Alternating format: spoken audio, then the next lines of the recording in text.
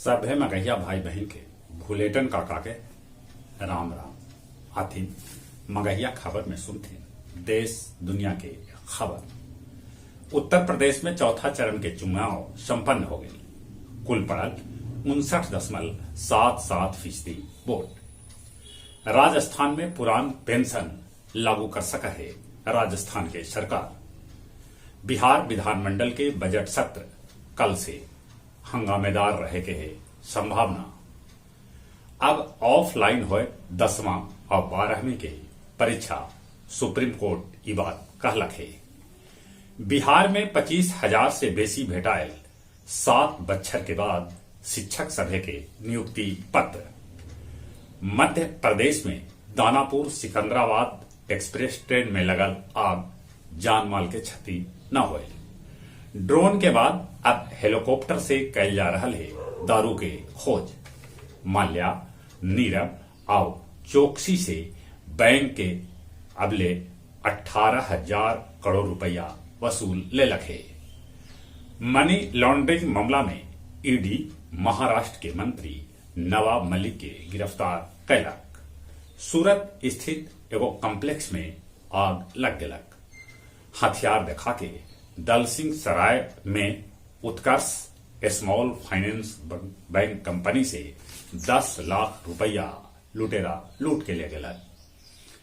Dubai में दुनिया के सबला खूबसूरत संग्रहालय बनावल जा रहा है।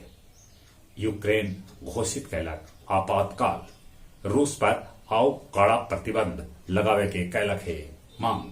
यूक्रेन के घटना के बाद ताइवान में भी हाई अलर्ट। सेना एकदम से तैयार। यूक्रेन संकट के बीच छठा दिन भी मंदी के दौर रहल। संयुक्त अरब अमीरात में बन रहा है 500 करोड़ के लागत से भव्य मंदिर। गया जिला में 1,283 शिक्षक के भेटायल नियुक्ति पत्र। पंच कल्याणक महोत्सव के अंतिम दिन जैन समाज के लोग मनौलन। गया मोक्ष कल्याणक। बाराचट्टी के पूर्व विधायक उमेश सिंह के दिल गए श्रद्धांजलि। गया जी में 24 फरवरी से 27 फरवरी तक लगावल जाए डाक टिकट प्रदर्शनी, जकर उद्घाटन बिहार के राज्यपाल करतन। 1.5 किलो सोना के साथ गया रेलवे स्टेशन पर एगो तस्कर के पुलिस कैलक गिरफ्तार। और कुछ खेल के समाचार।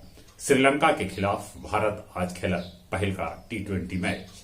सूरज कुमार चोटिल होयला के बाद इस सीरीज से हो गए है बाहर।